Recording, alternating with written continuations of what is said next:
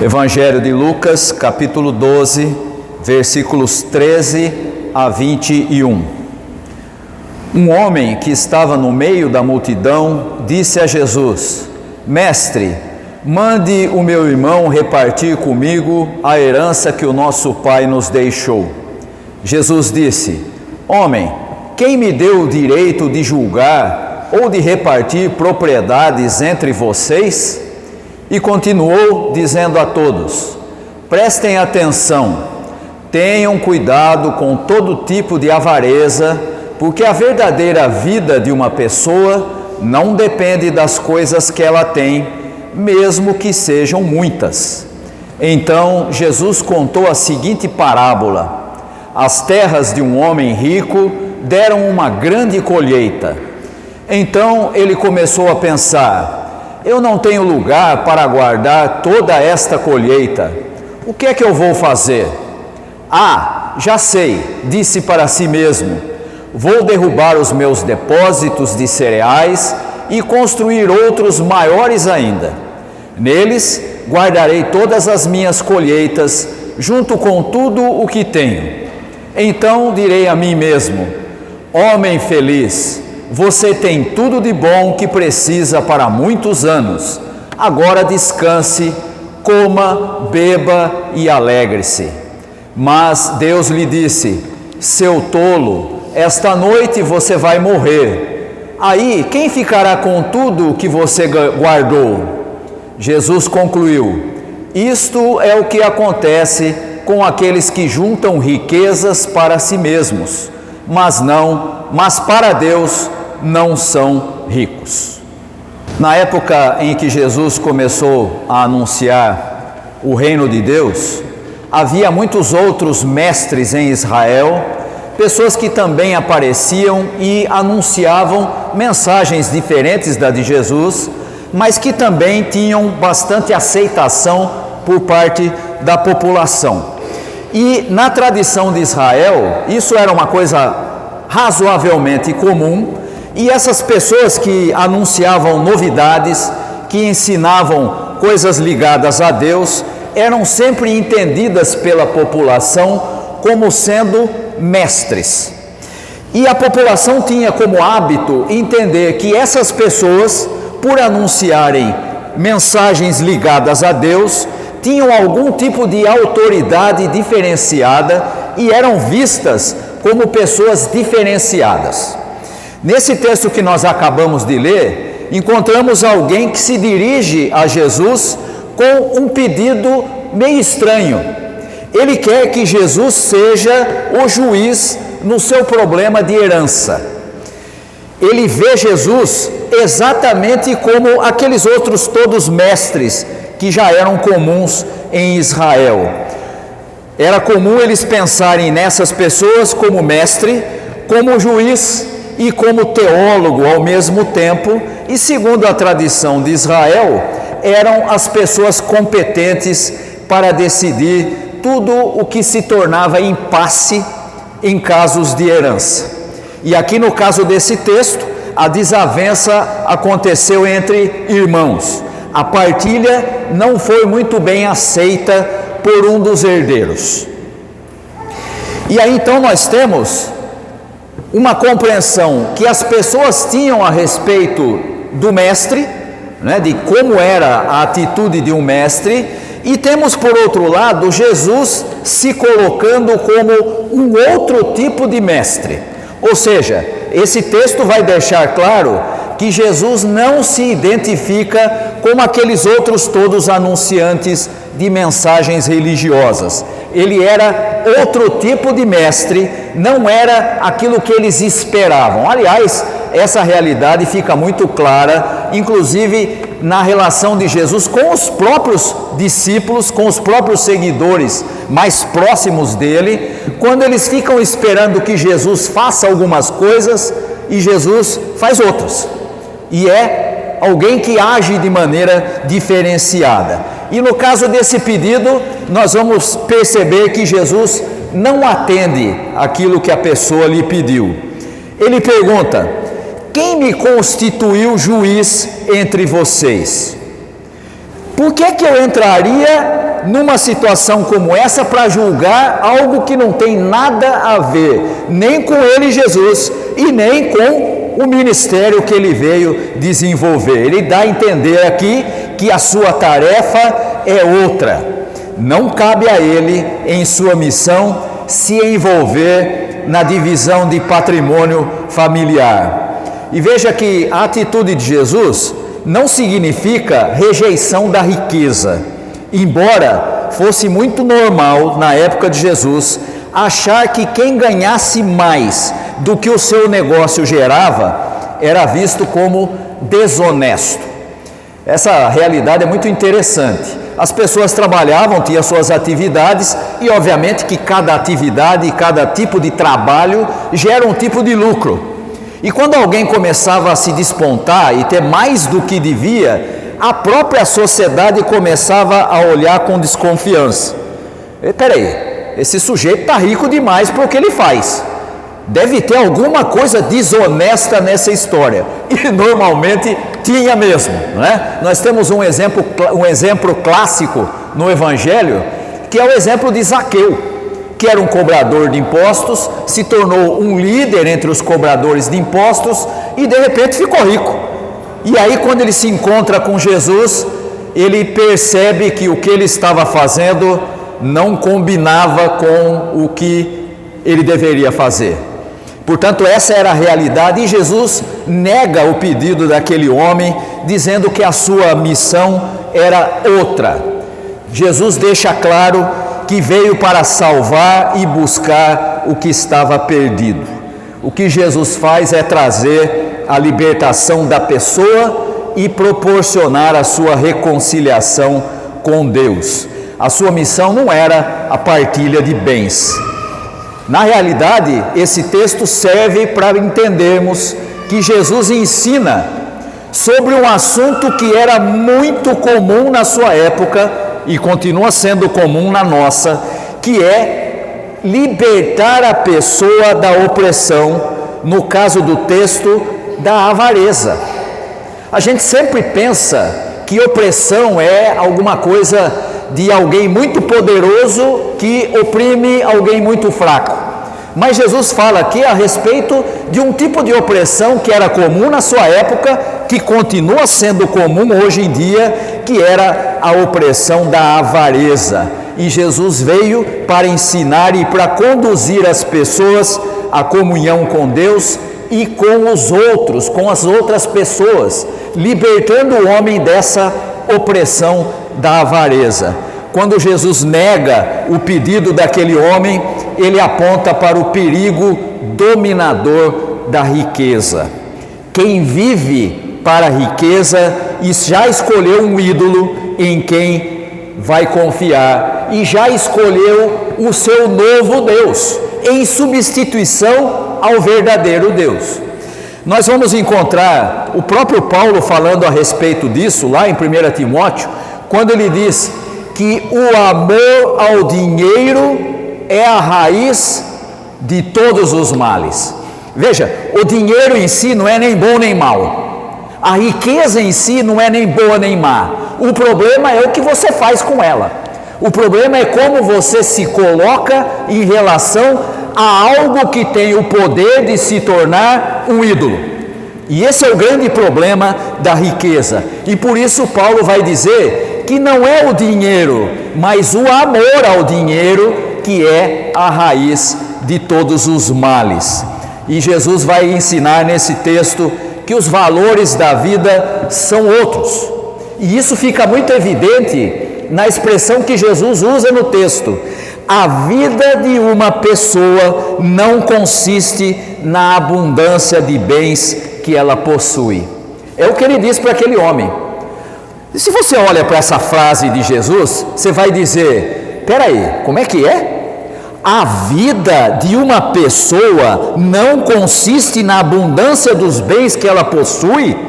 Mas não é exatamente isso que se fala hoje? Não é justamente isso que as pessoas buscam hoje? Quanto mais a pessoa tem, mais valor ela dá, ela recebe da sociedade.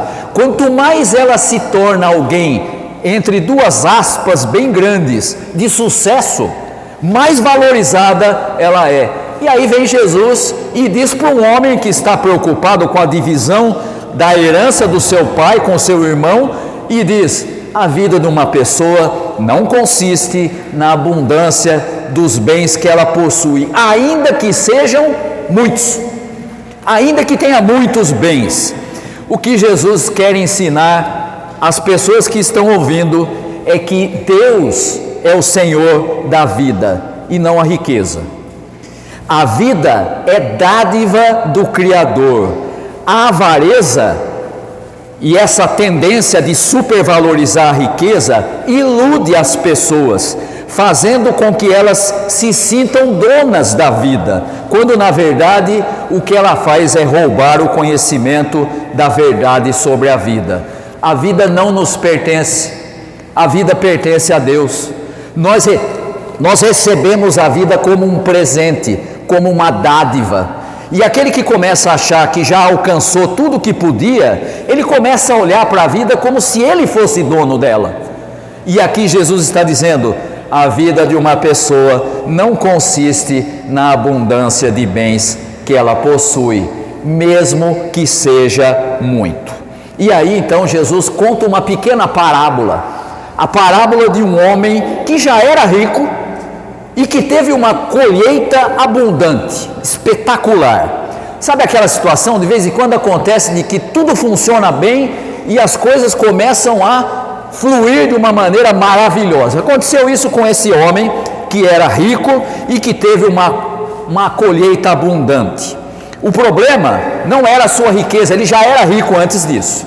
O problema é que, se você pegar os versículos que falam da parábola, que vão ali do 16 até o 19, o tema que está escondido nesse texto é justamente o tema da avareza. Não aparece a palavra avareza, mas vai ficar muito claro que a avareza está implícita nessa parábola que Jesus conta. A conversa do homem, e você pode prestar atenção se você acompanhou a leitura. Você percebeu como que o homem age? Ele teve uma grande colheita, ele está agora com uma abundância incrível e ele não liga e não pensa em absolutamente ninguém a não ser nele mesmo. Ele começa a conversar com ele mesmo, ele começa uma conversa interna e tudo gira em torno dos bens que ele conseguiu conquistar. Ele não está preocupado com o bem-estar, nem das outras pessoas, nem da sua família, não fala nada, nem se ele tem família, nada, ele só está focado nele mesmo. E ele começa uma conversa interna e começa a dizer: ah, peraí, eu tive uma grande colheita, mas não vai caber nos meus depósitos, então sabe o que eu vou fazer? Eu vou destruir os meus depósitos, construir outros maiores ainda, colocar todos os meus bens nesses depósitos, e aí o que eu vou fazer? Eu vou sentar aqui, vou curtir a vida, vou me alegrar, e eu tenho condição de sobrevivência e de vida abundante por muitos anos. No ponto de vista daquele homem, nem o mundo, nem nada tem valor, só ele mesmo e só aquilo que ele conseguiu juntar. No seu ponto de vista sobre o mundo e sobre a vida, não há nem o outro, nem o tu e nem o você, não tem nem segunda e nem terceira pessoa, só tem ele. E esse é o grande problema da avareza, porque ela se torna um ídolo, e por ela se tornar um ídolo, tudo é concentrado no bem da própria pessoa. Ele não pensa no outro, ele não vê o outro, ele não percebe a necessidade do outro. E é isso que acontece com esse homem. Deus e a sociedade a qual ele pertencia não ocupam espaço na sua mente. Ele se sente senhor e centro do mundo. Tudo gira em torno do próprio ego. Agora ele tem em depósito muitos bens por muitos anos. Você se lembra como foi que Jesus falou a respeito da vida? E aliás, ele fala isso até mesmo na oração que ele ensinou aos seus discípulos, a oração que a gente chama de Pai Nosso. Ele diz que nós precisamos aprender a viver um dia de cada vez. Você já viu o sujeito que fica preocupado com o que vai acontecer daqui 10 anos? Ah, mas será que, né, ele já está sofrendo agora o que ainda não chegou. Ele já está sofrendo por aquilo que pode ser que aconteça, pode ser que não, mas por via das dúvidas ele já começa a sofrer. Jesus vem e diz aos seus discípulos: aprendam a confiar em Deus e a viver um dia de cada vez. Isso é o contrário do que esse homem rico faz. Ah, agora eu estou tranquilo, agora eu vou sentar aqui, vou curtir a vida, vou me divertir, porque eu estou garantido por muitos anos.